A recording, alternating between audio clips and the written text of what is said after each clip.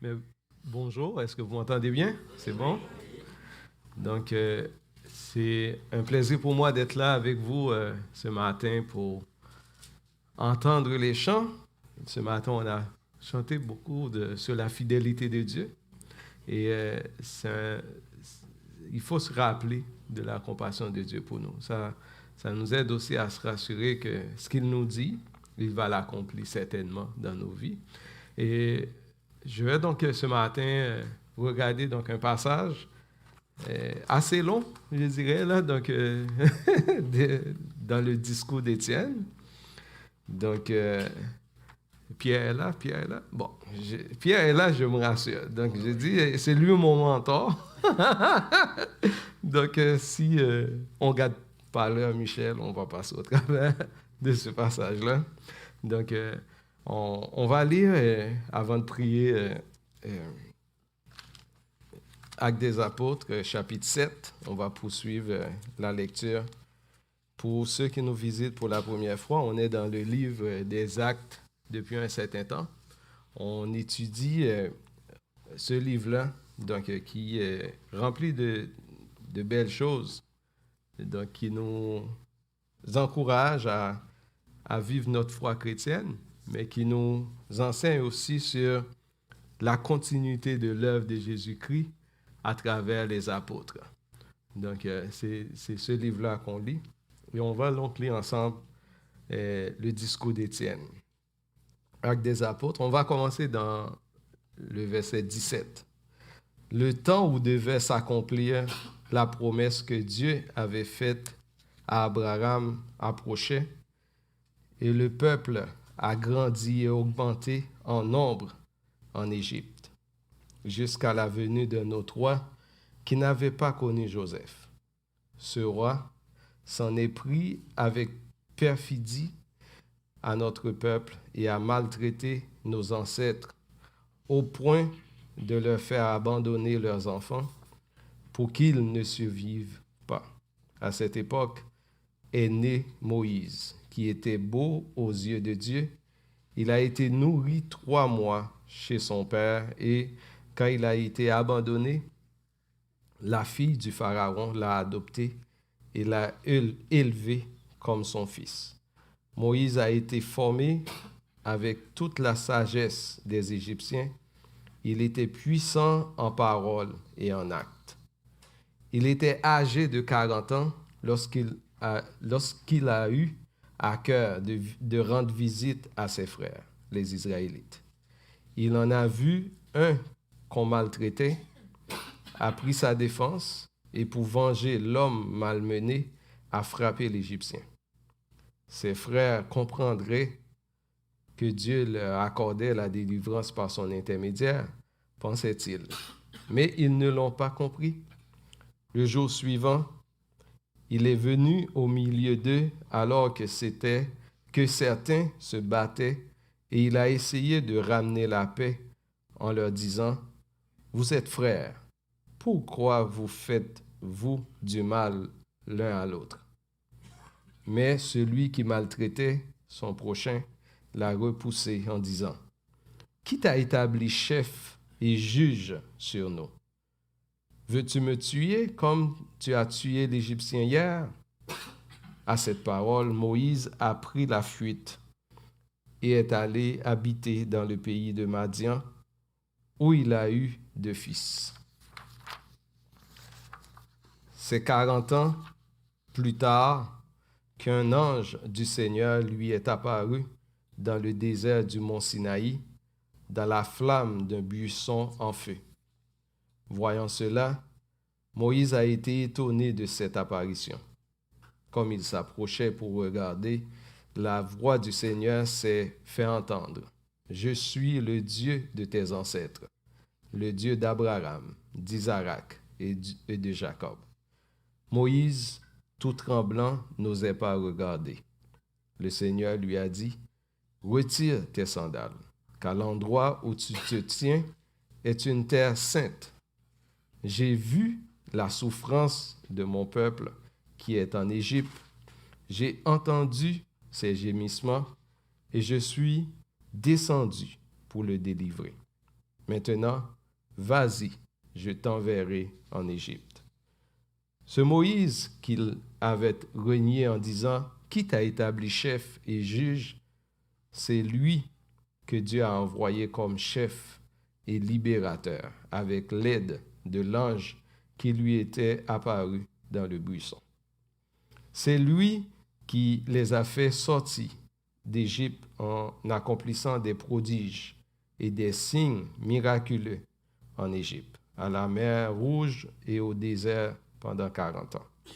C'est ce Moïse qui a dit aux Israélites, « Le Seigneur notre Dieu fera surgir pour vous parmi vos frères un prophète comme moi. » C'est lui qui, lors de l'assemblée au désert, était avec l'ange qui lui parlait sur le mont Sinaï et avec nos ancêtres. Il a reçu des oracles de vie pour nous les transmettre. Nos ancêtres n'ont pas voulu lui obéir, mais ils l'ont repoussé et dans leur cœur, ils se sont tournés vers l'Égypte en disant à Aaron, « Fais-nous des dieux qui marchent devant nous. » En effet, ce Moïse qui nous a fait sortir d'Égypte, nous ignorons ce qu'il est devenu. À ce moment-là, ils ont fait un veau. Ils ont offert un sacrifice à l'idole et se sont réjouis de ce que leurs mains avaient fabriqué. Alors Dieu s'est détourné d'eux et les a laissés adorer les corps célestes. Comme cela est écrit dans le livre des prophètes, « M'avez-vous offert des victimes et des sacrifices pendant 40 ans au désert, communauté d'Israël? Vous avez porté la tente de Moloch et l'étoile de votre Dieu Remphan, ces images que vous avez faites pour les adorer, aussi je vous déporterai au-delà de Babylone. » Dans le désert, nos ancêtres avaient la tente du témoignage. Celui qui parlait à Moïse lui avait ordonné de la faire d'après le modèle qu'il avait vu.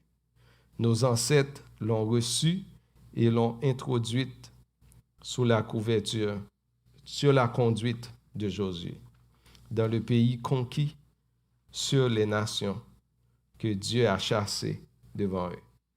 Et elle y est restée jusqu'à l'époque de David.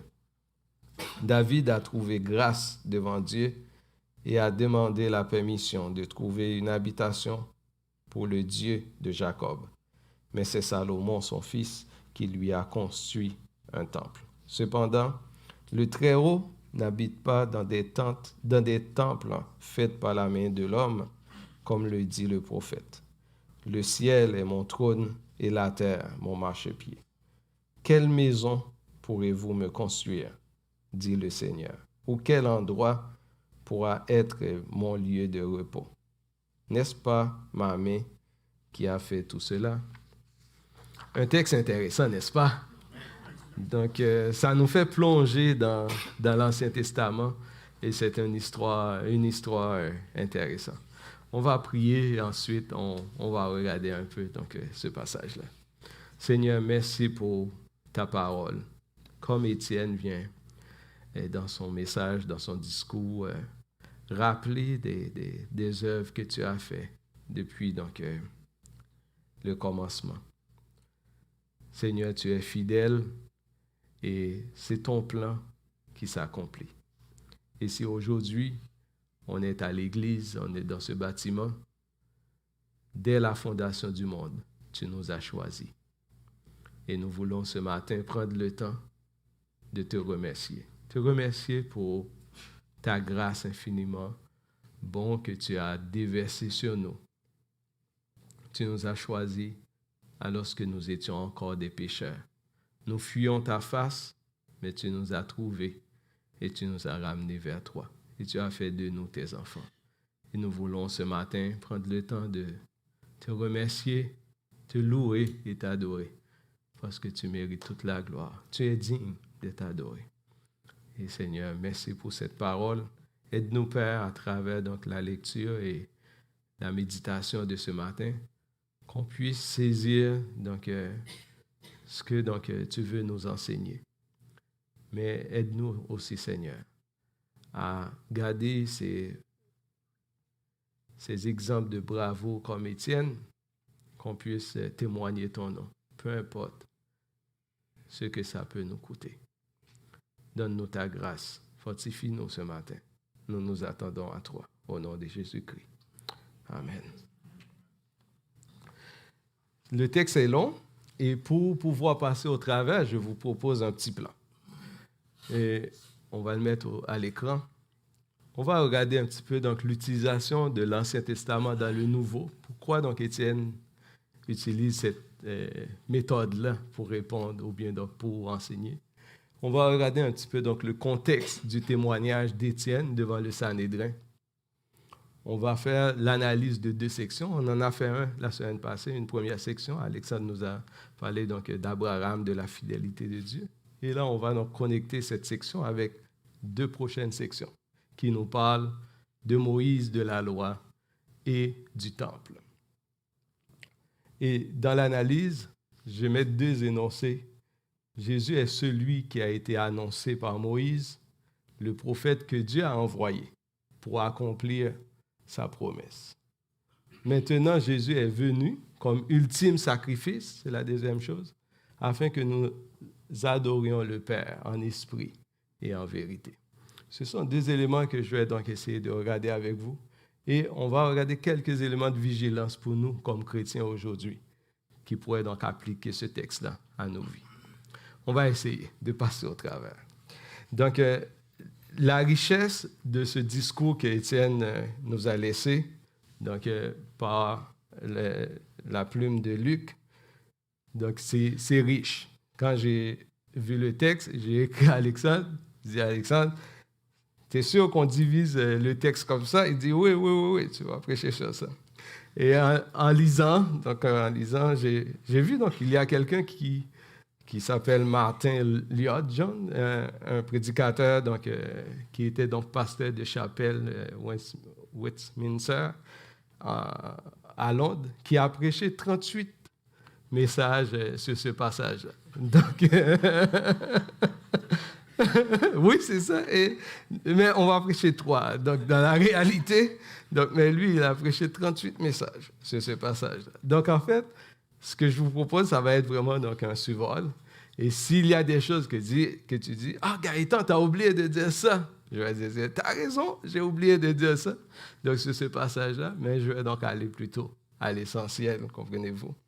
Mais la première chose que j'aimerais donc regarder, le premier point, l'utilisation de l'Ancien Testament dans le Nouveau Testament, c'est fréquent, donc, cette utilisation-là. On trouve beaucoup d'allusions ou de citations de l'Ancien Testament dans le Nouveau. En réalité, la majorité des livres du Nouveau Testament contient des éléments de l'Ancien Testament. Il y a certains commentateurs qui disent même qu'on peut seulement donc, identifier quelques livres qui n'ont pas donc, beaucoup d'allusions, comme Philémon ou 2 Jean ou 3 Jean, qu'on ne retrouve pas vraiment donc, de citations de l'Ancien Testament dans le Nouveau Testament, mais à travers tous les autres, on va trouver donc des parcelles de l'Ancien Testament dans le Nouveau Testament. Et les raisons pourquoi donc, qu'on les utilise est variable. Donc, ça pourrait être, comme Étienne, pour défendre la foi, mais aussi donc, pour expliquer certaines réalités chrétiennes ou doctrinales qu'on retrouve dans le Nouveau Testament. Jésus-Christ, c'est lui qui l'a fait donc, le plus, n'est-ce pas? Donc, dans le Nouveau Testament, on trouve, mettons l'exemple que Jésus-Christ est arrivé dans le temple. C'est Luc qui nous le rapporte. Il dit, donc, on lui a remis donc, le rouleau du livre, et on lui a dit donc, de faire la lecture comme c'était la coutume. Et donc, il a pris donc, le livre, il a ouvert le rouleau dans le prophète Ésaïe, et il trouva donc l'endroit où il était écrit « L'Esprit du Seigneur est sur moi, parce qu'il m'a oint pour annoncer une bonne nouvelle aux pauvres. Il m'a envoyé pour guérir ceux qui ont le cœur brisé, pour proclamer aux captifs la délivrance, et aux aveugles le recouvrement de la vue, pour renvoyer libres les opprimés, pour publier une année de grâce du Seigneur. Ensuite, ce que Jésus a fait, il roula le rouleau, il le remit au serviteur et s'assit et il dit, aujourd'hui, cette parole de l'Écriture que vous venez d'entendre est accomplie. Donc Jésus-Christ, dans un certain sens, il interprète, il prend l'Ancien Testament, il le dit, et il dit donc cette parole-là est accomplie parce qu'il parlait de lui, de Jésus-Christ. On va en trouver beaucoup. J'aurais pu donc, en expliquant, mais j'aurais pu donc multiplier ces exemples comme sur la route vers Emmaüs, n'est-ce pas? Donc en fait, Jésus-Christ dit, donc voici, donc il expliquait aux disciples donc qu'est-ce qui se passe à travers l'Ancien Testament, comment cette réalité-là trouve son accomplissement dans le Nouveau. Pour Luc qui a écrit Actes, donc l'histoire de Jésus-Christ est le prolongement de l'histoire de l'Ancien Testament. Donc, mais pas seulement le prolongement, mais l'accomplissement même de l'Ancien Testament. Donc, en fait, à chaque fois qu'on lit le Nouveau Testament, on a toujours en background l'Ancien Testament. Notre foi aussi est enracinée sur le fait que Jésus est le Rédempteur promis à Israël et aux nations, mais tout s'accomplit aujourd'hui en Jésus-Christ. C'est en ce sens que Étienne, dans son témoignage, veut rediriger l'attention du Sanhédrin vers Jésus-Christ, qui est l'accomplissement de tout ce qui a été dit ou annoncé dans l'Ancien Testament. Donc, trouve leur accomplissement dans le Nouveau. Donc, Étienne fait peu de cas des accusations, mais veut avant tout témoigner de l'œuvre de Jésus-Christ et de son accomplissement. Et il veut prendre le temps d'expliquer aux Sanhédrins ce que les Sanhédrins connaissaient déjà en réalité, mais il voulait donc seulement l'appliquer à Jésus-Christ. Le Sanhédrin, comme vous le savez déjà, c'est un tribunal composé d'à peu près donc 71 personnes, pour la plupart des docteurs de la loi qui siègent sous l'autorité d'un grand prêtre, n'est-ce pas? À cette époque-là, donc on ne nous a pas expliqué c'était qui, mais peut-être que c'est Caïphe, on ne sait pas. Donc ça pourrait être lui, et vous en souvenez, donc Caïphe était aussi celui qui était là lors du jugement de Jésus-Christ. Mais même si on ne peut pas dire que c'est Caïphe, mais la plupart des gens du Sanhédrin, il y en a qui avaient vu, qui étaient témoins ou qui ont participé lors du procès de Jésus-Christ. Donc, il y a un lien entre les deux. Mais vous dites 71 contre 1, n'est-ce pas?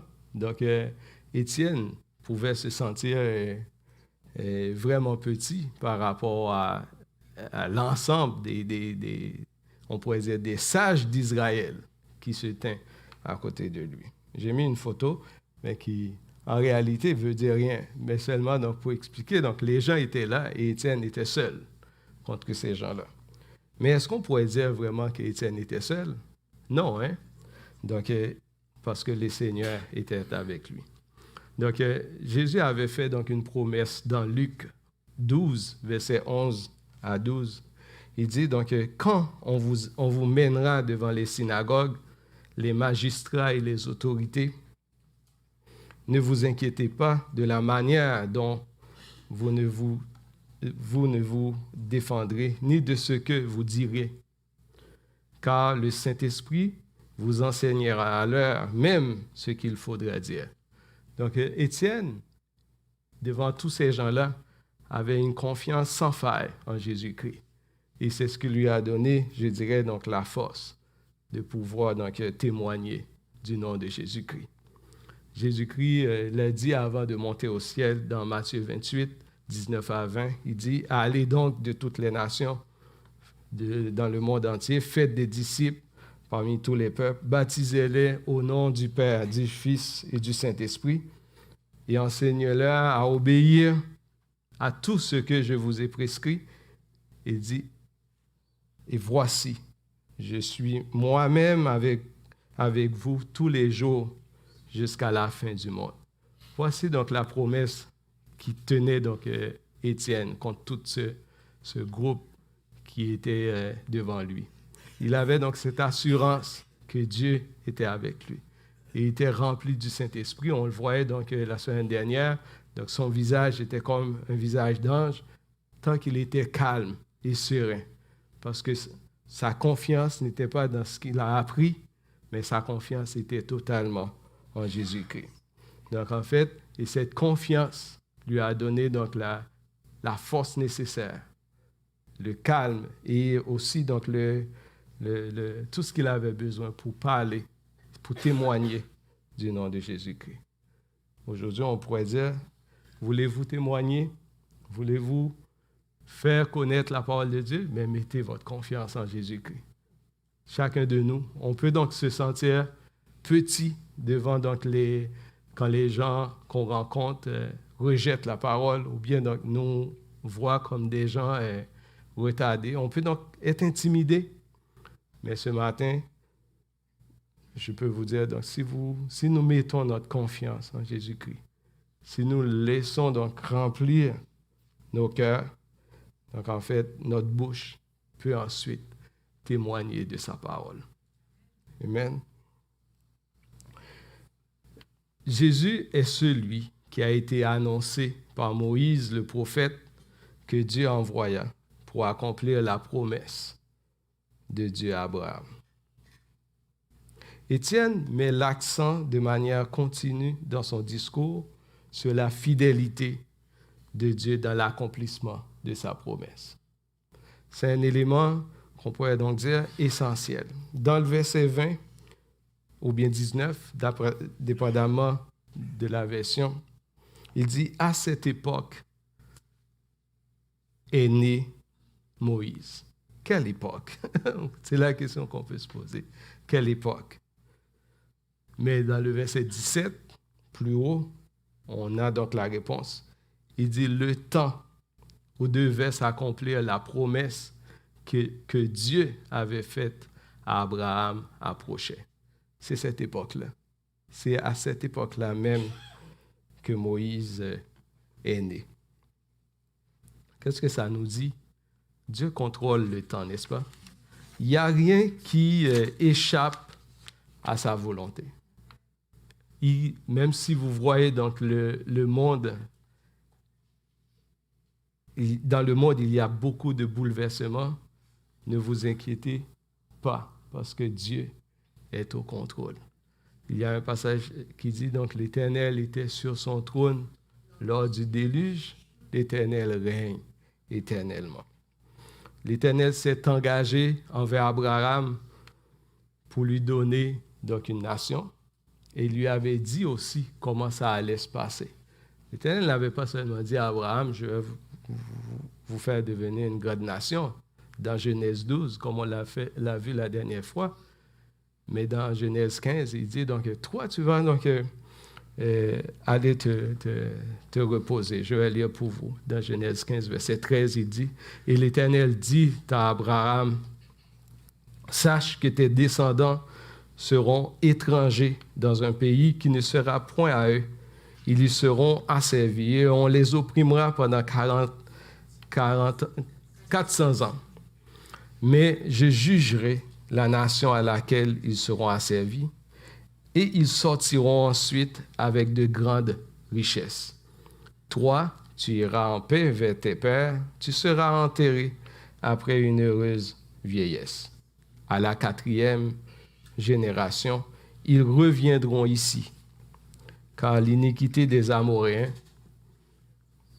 n'est pas encore à son comble. » Ça nous dit que Dieu avait déjà planifié. Son plan est parfait. Il sait quand est-ce qu'il va intervenir, à quelle époque, et rien ne peut troubler son plan. Rien ne peut troubler son plan. Il l'avait dit des années avant à Abraham. Voici comment je vais accomplir la promesse que je fais avec vous. Donc, c'est dans ce contexte que Dieu, donc, à cette époque-là, est né Moïse. Donc, en fait, Moïse n'est pas arrivé avant ni après. Il est arrivé au temps que Dieu a choisi pour accomplir la promesse qu'il a faite à Abraham. Il y a quelqu'un qui a dit dans un commentaire, « Dieu a toujours l'œil rivé sur l'horloge. Il agit selon des horaires précis et n'oublie jamais une date, ni ne manque un rendez-vous. » Donc, en fait, Dieu est toujours là, il agit. Et dans nos vies, et dans notre communauté, et parmi les nations, et dans le monde entier, Dieu a un plan, et il va l'accomplir.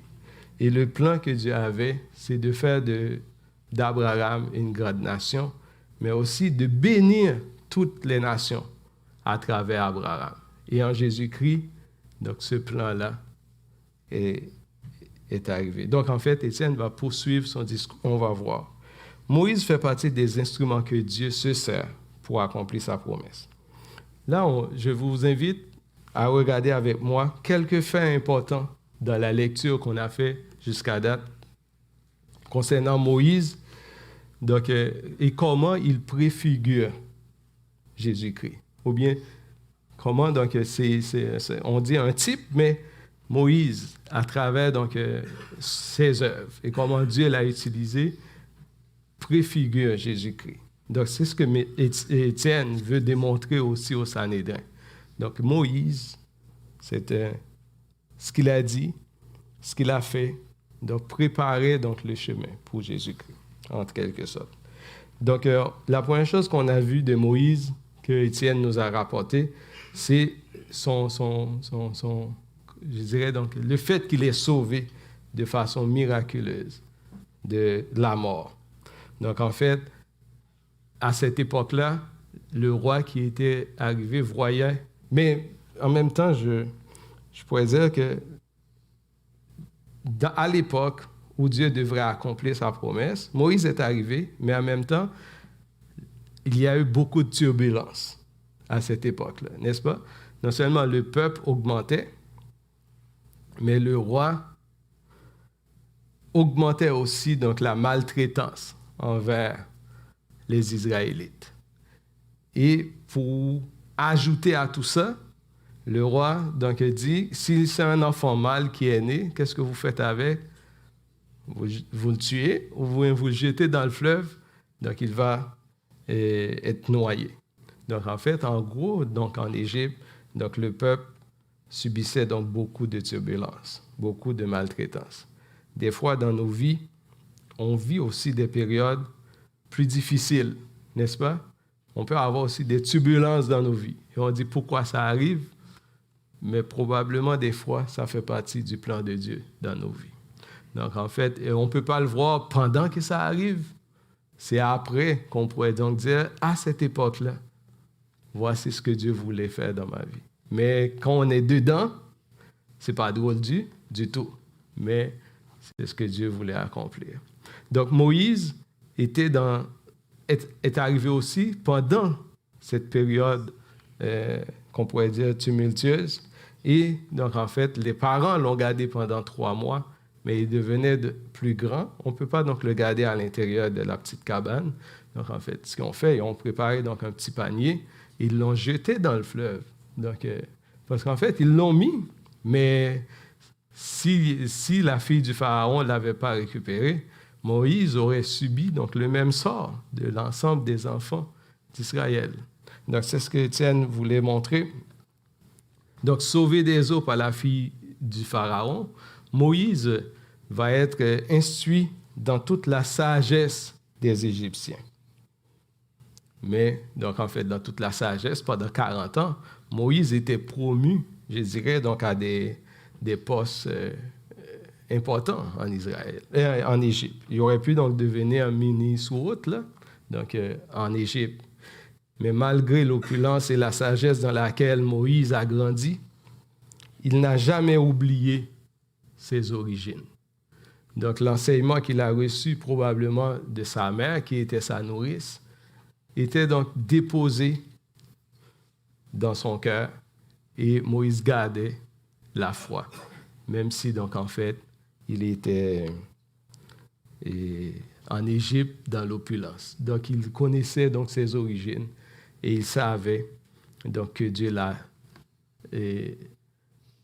l'appelait pour une mission spécifique. Dans Hébreux 11, verset 24, qui nous enseigne cette notion-là, il dit « C'est par la foi que Moïse, devenu grand, refusa d'être appelé fils de la fille de Pharaon, aimant mieux être maltraité avec le peuple de Dieu que d'avoir pour un temps la jouissance du péché, regardant l'opprobre de Christ comme une richesse plus grande que les trésors de l'Égypte, car il avait quoi?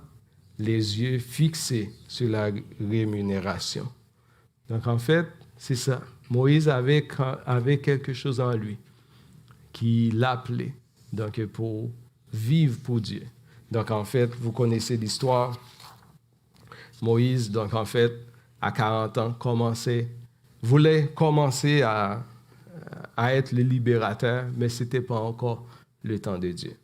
Ce que je voulais dire par rapport à cette première partie de la vie de Moïse, la foi nous aide à faire la part des choses, à choisir ce qui est important, de faire la différence en ce qui est passager de ce qui est éternel.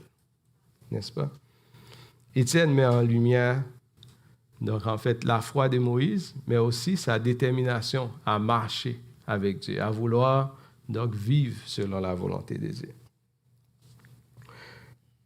En même temps, donc, si on poursuit donc, l'histoire d'Étienne et l'histoire de Moïse, Étienne va regarder donc, des ressemblances avec Jésus-Christ, mais aussi l'attitude hostile des Israélites envers Moïse, mais envers aussi Jésus-Christ. Donc, en fait, il va faire des liens avec les deux. Comme on avait dit, Moïse est un type de Jésus-Christ. Donc, dans le passage, dans le verset 35b, on voit donc comme le libérateur, celui qui a été envoyé pour délivrer le peuple. C'est lui que Dieu a envoyé comme chef et libérateur du peuple. C'est ça qu'on lit dans Acte 7, verset 35b. Mais Pierre a déjà fait référence, lui, que Jésus-Christ est celui qui est le chef, n'est-ce pas? Dans Acte 5, verset 31, parlant de Jésus, Pierre a dit, « Et c'est lui que Dieu a élevé pour siéger à sa droite, comme chef suprême et sauveur, pour accorder à Israël la grâce de changer et de recevoir le pardon de ses péchés. » Donc là, Pierre parle de Jésus-Christ comme le chef, et Étienne parle de Moïse comme étant donc le chef qui est rejeté. Donc voyez-vous donc le lien. Donc en fait, il voulait donc montrer. Donc dans la mission que Moïse avait. Donc on voit aussi donc c'est un type de Jésus-Christ, c'est-à-dire ça ressemble à ce que Jésus-Christ allait accomplir à la fin des temps pour toutes les nations, en particulier Israël, mais pour nous aussi aujourd'hui. Jésus-Christ est le chef suprême et sauveur. Dieu a accompli par Moïse, Étienne va dire ça dans le verset 36, par Moïse des prodiges et des miracles, n'est-ce pas? Ça, c'est dans le verset 36. Et donc, en fait, Pierre va dire la même chose dans Actes des Apôtres 2, verset 22. Il dit donc, « Homme israélite, écoutez, Jésus de Nazareth, cet homme à qui Dieu a rendu témoignage devant vous par les miracles, les prodiges et les signes qu'il a opérés par lui au milieu de vous, comme vous le savez vous-même. » Donc, en fait, il y a un lien entre les deux. Donc, en fait, c'est comme Étienne est en train de prêcher, de dire ce que Moïse a accompli. Mais en réalité, il veut dire donc, que Moïse a accompli ça, mais Jésus-Christ donc, a fait mieux que lui. On va le voir tantôt. Moïse a joué aussi le rôle de médiateur que Étienne va expliquer un petit peu, donc entre le peuple et Dieu. Voyez-vous? Moïse jouait donc le rôle de médiateur. Donc, dans le verset 38, il dit, « C'est lui qui, lors de l'assemblée au désert, était avec l'ange qui lui parlait sur la montagne de Sinaï, et avec nos pères reçut des oracles vivants pour nous les donner. » Donc, entre autres, la loi, Moïse a reçu. Donc, en fait, Étienne veut démontrer que lui, il n'est pas contre Étienne. Étienne veut démontrer qu'il n'est pas contre Moïse, qu'il ne parle pas de mal de Moïse. Il reconnaît ce que Moïse a accompli. Mais il veut dire donc que tout ça, c'est l'ombre des choses à venir. Dans Hébreux 3, verset 3, on voit donc qu'il dit, donc, en effet, Jésus a été jugé digne d'une gloire bien plus grande que celle de Moïse. Tout comme l'architecte qui a construit une maison reçoit plus d'honneur que la maison elle-même. Donc, en fait, en réalité, Moïse était seulement un instrument entre les mains de Dieu pour accomplir pour Israël pendant un certain temps des choses, mais il n'est pas l'architecte. L'architecte, c'est Jésus-Christ, n'est-ce pas? Donc, en fait, c'est lui. Donc, malgré le rôle primordial de Moïse dans la délivrance et la fondation d'Israël, le peuple l'a rejeté. Donc, à deux occasions. Au début, comme on dit, donc, quand il a essayé de réconcilier donc, deux Israélites, et dans le désert, en refusant de lui obéir, et se tourne vers les idoles en faisant un veau d'or. Donc, en fait, Moïse, comprenez-vous, Moïse a pris le peuple, il a traversé la mer Rouge avec, on a vu donc tout ce qu'il a accompli. Il a nourri le peuple dans le désert. Donc, quand je dis Moïse, mais Dieu, à travers Moïse, a nourri le peuple dans le désert. Le peuple a vu tout ça. Et pendant que Moïse montait sur la montagne, pendant un certain temps pour aller recevoir l'étape de pierre, ben, le peuple était impatient. Et il dit, donc, fais-nous un veau d'or afin qu'on puisse l'adorer. Donc, en réalité, donc, le peuple voulait avoir quelque chose de visible. Donc, il voulait donc avoir quelque chose de tangible, donc comme foi. Pourtant, donc, en fait, Moïse leur donnait quelque chose de plus excellent, mais il l'a refusé. Et Étienne, en rappelant donc ces faits-là, veut démontrer au Sanhédrin en même temps que Jésus-Christ, qui est venu, a accompli plein de miracles, de prodiges, a annoncé sa parole, mais le peuple aussi, mais les sacrificateurs de son temps ont abandonné, n'ont pas donc suivi, donc ne voulaient pas donc, je dirais donc accepter Jésus-Christ, ils l'ont renié, ils l'ont crucifié. La même chose qu'ils ont fait aussi à Étienne. Pas à Étienne, mais à Moïse. Donc Étienne cite, et dans le verset, dans la suite du passage, quand il parle donc de l'idolâtrie dans le passage, donc il cite un passage d'Amos pour dénoncer ce qu'on peut appeler donc un genre de syncrétisme du peuple. Donc durant donc, toute leur vie dans le désert, ils n'ont jamais su marcher avec Dieu. Ils ont toujours donc vivre une vie donc comment je pourrais dire,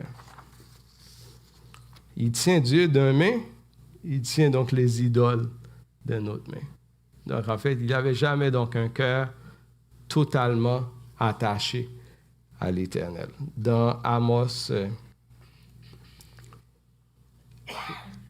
5, verset 25 à 27, il dit donc, m'avez-vous offert des sacrifices et des offrandes pendant 40 ans au désert, communauté d'Israël?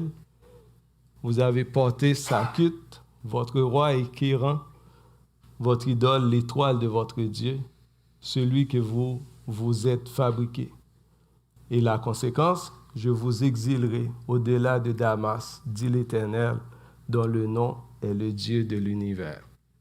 Donc en fait, le peuple d'Israël, pendant toute leur vie dans le désert, n'a jamais donc un cœur tout entier à l'Éternel. Tenait Dieu d'une main et les idoles d'une autre main. Les générations ont passé, mais le cœur d'Israël n'a pas changé. Donc, et les fils, c'est-à-dire les descendants qui étaient devant Étienne, agissent de la même sorte, donc envers Jésus-Christ. La même façon qu'ils ont abandonné et rejeté Moïse et Dieu, maintenant Jésus-Christ est venu et ils l'ont rejeté de la même manière. Donc en fait, le cœur d'Israël n'était pas attaché à l'Éternel. Donc Étienne, en mettant en lumière donc l'idole d'Israël et l'idole des pharisiens, il voulait donc introduire aussi le temple. Le temple, le rôle du temple, ou bien donc la compréhension des gens dans ce temps-là par rapport au temple. Donc là, on est donc au 1er siècle. On avait un premier temple que Salomon avait construit, n'est-ce pas? Et pendant la chute du royaume de Juda, ce temple-là a été brûlé. Okay? Et au retour de l'exil, ils ont reconstruit un temple à la même place. Et ce temple-là, dans la compréhension du peuple, c'est que le temple, c'est là que Dieu réside. Donc, en fait, même si vous allez donc prier ailleurs, mais vous devriez donc tourner vos regards vers le temple, comme si le temple était le seul endroit au monde qu'on peut trouver la présence de Dieu. Et la centralisation donc, du culte à cette époque-là par rapport au temple fait en sorte que le peuple, au lieu d'adorer Dieu, comprenez-vous, il donnait beaucoup plus d'importance au temple. C'est comme si le temple devient donc une sorte d'idole, même pour le peuple. Il fait partie des idoles que le peuple Donc le temple, ce n'est pas le temple le problème, mais c'est le peuple et la perception même qu'il y avait donc du temple. Aujourd'hui aussi, on peut donc avoir des idoles dans nos vies, des choses qu'on pense qui est plus important par rapport à notre religion, par rapport à ce qu'on croit qui est plus important que Jésus-Christ. On peut l'avoir aussi aujourd'hui. Étienne démontre avec des exemples que Dieu n'est pas confiné à une place, que Jérusalem n'est pas le seul lieu où Dieu a été manifesté. Dieu peut se manifester n'importe où, là où le cœur de la personne est complètement à lui. Donc en fait, on a vu, et il l'a dit, Dieu s'est manifesté à Abraham pendant qu'Abraham était en Mésopotamie. À Moïse dans le désert de Madian, Dieu s'est manifesté sur le mont Sinaï, donc partout où Dieu voulait donc, transmettre sa parole. C'est-à-dire Jérusalem, le tabernacle, ou bien le temple n'était pas donc un lieu précis seulement où Dieu donc, devrait donc accomplir sa parole. Donc cette question de respect de l'adoration pour les Juifs et les Samaritains était au cœur même des disputes entre Samaritains et Israélites à cette époque-là. Même quand Jésus-Christ rencontrait donc, la femme samaritaine, donc il va lui poser cette question. Il va dire, donc, Seigneur, lui dit la femme, je vois que tu es un prophète.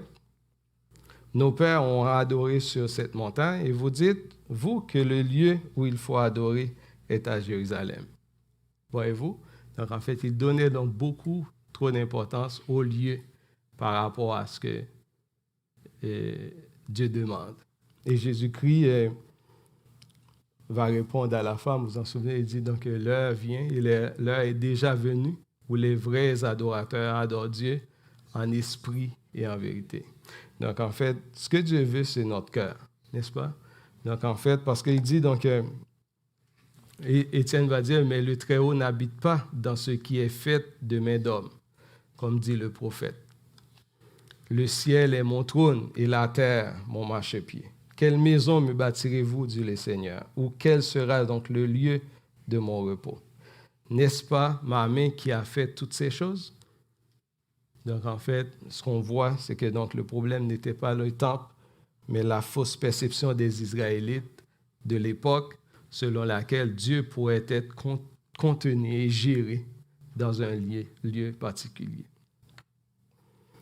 Lors de la mort de Jésus, dans Marc, vous vous en souvenez, donc Jésus ayant poussé un grand cri, expirant, et le voile du temple se déchira en deux, depuis donc le haut jusqu'en bas.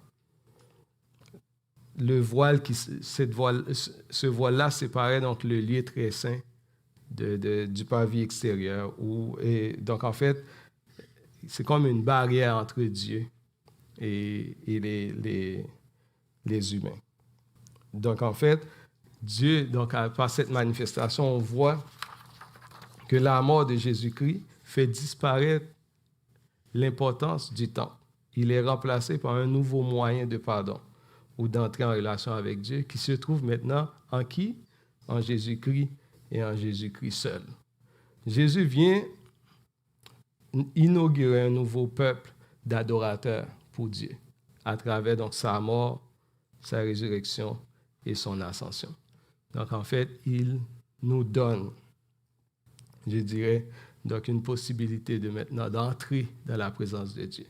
En réfléchissant ce matin encore, je dis, donc il fallait que le temple soit détruit. Parce que donc en fait, en 70, quand le temple est détruit, c'est comme ça a mis fin au saga entre les Juifs et les chrétiens. Donc, parce que le temple prenait donc trop d'importance dans la vie des Juifs. Il constituait donc quasiment donc une barrière pour que les gens puissent marcher avec Dieu. Dieu faisait la promesse qu'il devrait donc avoir donc une restauration. C'est que le temple était comme une préfiguration, je dirais même une image de la réalité qui se trouvait en Jésus-Christ. Et ce que Dieu voulait, c'est en Jésus-Christ détruire ce temple-là et le rebâtir. Étienne n'a pas non plus donc, dit non, ce que vous dites n'est pas vrai, mais Étienne fait seulement donc expliquer donc l'importance de la venue de Jésus-Christ. Il dit donc par le prophète Amos, dans Amos 9, verset 11, « Ce jour-là, je relèverai de sa chute la cabane de David. Je réparerai ses brèches, je redresserai ses ruines et je la reconstruirai comme elle était autrefois. Alors ils posséderont le reste d'Édom et toutes les nations appelées de mon nom, déclare l'Éternel, celui qui fait tout cela. » Le temple, ou bien la cabane de David, n'est plus un temple physique, mais une entité vivante composée des croyants nés de nouveau. La mort, la résurrection de Jésus-Christ et la venue du Saint-Esprit créent une nouvelle communauté de croyants, n'est-ce pas? Dans Matthieu 18, verset 20, il va dire « Car là où 2 ou 3 sont assemblés en mon nom, je suis au milieu d'eux. » Comme Jésus-Christ a dit, donc, là où 2 ou 3 sont assemblés. Dans ce temps-là, donc, les gens devraient marcher pour aller dans le temple parce qu'ils pensaient que c'est là qu'ils pouvaient donc offrir des sacrifices. Maintenant, il n'y a plus de sacrifices parce que Jésus-Christ est mort pour nous, pour nos péchés. Il est le sacrifice ultime qui nous donne la vie éternelle. Donc, le culte dans le temple n'est plus nécessaire, ce que Étienne est en train de dire, mais donc toute la réalité se trouve en Jésus-Christ. Donc, en fait, Jésus-Christ a remplacé le culte dans le temple. Il est notre sacrificateur et aussi le sacrifice, donc qui nous donne accès auprès du Père. Il y a beaucoup à dire sur ce passage-là. On pourrait donc continuer et parler donc du temple pendant longtemps, mais ce que je voulais donc montrer donc, à travers donc, cette analyse assez rapide du texte et du temple, c'est que donc en fait, le peuple, ou bien donc les dirigeants, n'avaient pas compris. Ils vivaient encore dans le passé, tandis que donc Jésus-Christ vient inaugurer une nouvelle alliance.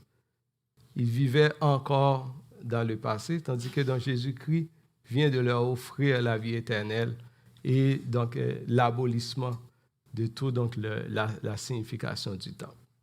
On peut nous aussi des fois donc passer à côté de ce que Dieu veut nous enseigner quand on est trop pris dans nos traditions, dans ce qui donc pour nous est trop important, et là on dit non, ça se peut pas, comprenez-vous? Mais si on plonge nos regards dans la parole de Dieu, on peut donc trouver donc la réponse à nos questions. Je dirais donc la vie, la mort et la résurrection de Jésus-Christ constituent donc le nouveau fondement sur lequel devrait donc baser tout croyant, juif ou non juif, pour accéder à Dieu, donc pour pouvoir donc rentrer en relation avec lui. Le rejet des envoyés de Dieu par Israël est aussi un avertissement pour nous aussi chrétiens aujourd'hui. Donc, tout cela devrait aussi nous pousser à réfléchir sur les péchés similaires que les chrétiens et les églises peuvent encore commettre en devenant trop religieux, ou bien en accordant plus d'importance au contenant qu'au contenu. Comprenez-vous? Donc, des fois, donc, on donne plus d'importance au shape, à ce qui est comme, moi je faisais l'emballage, que le cadeau que Dieu nous donne, qui est Jésus-Christ. Donc, vous et moi, essayons donc de fixer nos regards sur Jésus-Christ. C'est lui notre Rédempteur. Non sur les choses passagères, non sur les emballages, mais sur l'essentiel, qui est Jésus-Christ. Donc, c'est ce que Étienne voulait aussi donc, amener les Sanhédrins à regarder. Non à lui, mais à Jésus-Christ.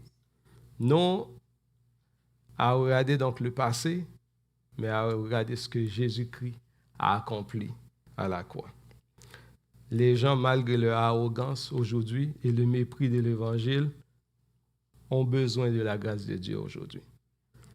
C'est pourquoi les croyants, les chrétiens d'aujourd'hui doivent donc persévérer aussi dans leur témoignage, même face au rejet. Comme Étienne l'a fait aussi, il a persévéré dans le témoignage. Il n'est pas fâché, il a seulement donc expliqué tranquillement ce que Dieu a accompli en Jésus-Christ, donc son œuvre, donc nous donne la vie éternelle. Nous aussi, face au rejet qu'on peut avoir donc, dans ce monde, donc, nous devons persévérer dans notre témoignage. Continuer à parler de Jésus-Christ. Pas de nous qu'on devra parler, mais de Jésus-Christ. Comme Étienne l'a fait, il n'a pas parlé de lui, il a pris donc des exemples pour montrer donc, comment Jésus-Christ a accompli toutes ces choses-là par sa mort, sa vie, sa mort, sa résurrection et son ascension. Il a tout accompli. Et maintenant, donc, le salut est en son nom et en son nom seul. Étienne était un témoin authentique, n'est-ce pas? Il y a quelqu'un qui a écrit, il dit donc ce que Luc met en valeur chez Étienne, ce n'est pas seulement son courage, mais la présence du Saint-Esprit dans sa vie. Donc en fait, vous voulez témoigner, vous voulez être un témoin, moi aussi. Donc en fait, laissez-nous remplir par la parole de Dieu.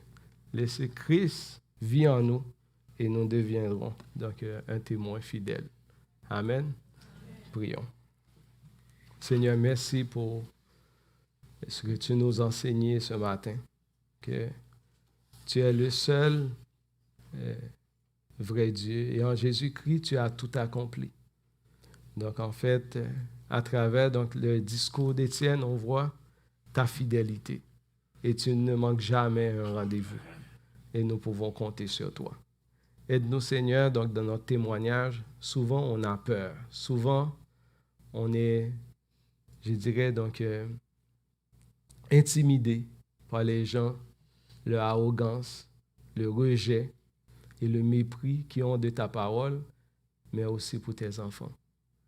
Mais Seigneur, tu nous demandes de persévérer dans le témoignage, car ces gens-là ont aussi besoin de toi et de ton enseignement, de ta grâce, afin qu'ils soient sauvés. Seigneur, remplis-nous de ton Saint-Esprit. Fortifie notre cœur, afin qu'on soit capable de témoigner pour toi et d'être un témoin fidèle. Nous ne pouvons pas le faire sans toi. C'est pour cela que nous te demandons de venir nous remplir de ta grâce, afin que nous soyons un témoin fidèle. Sois avec nous, au nom de Jésus-Christ.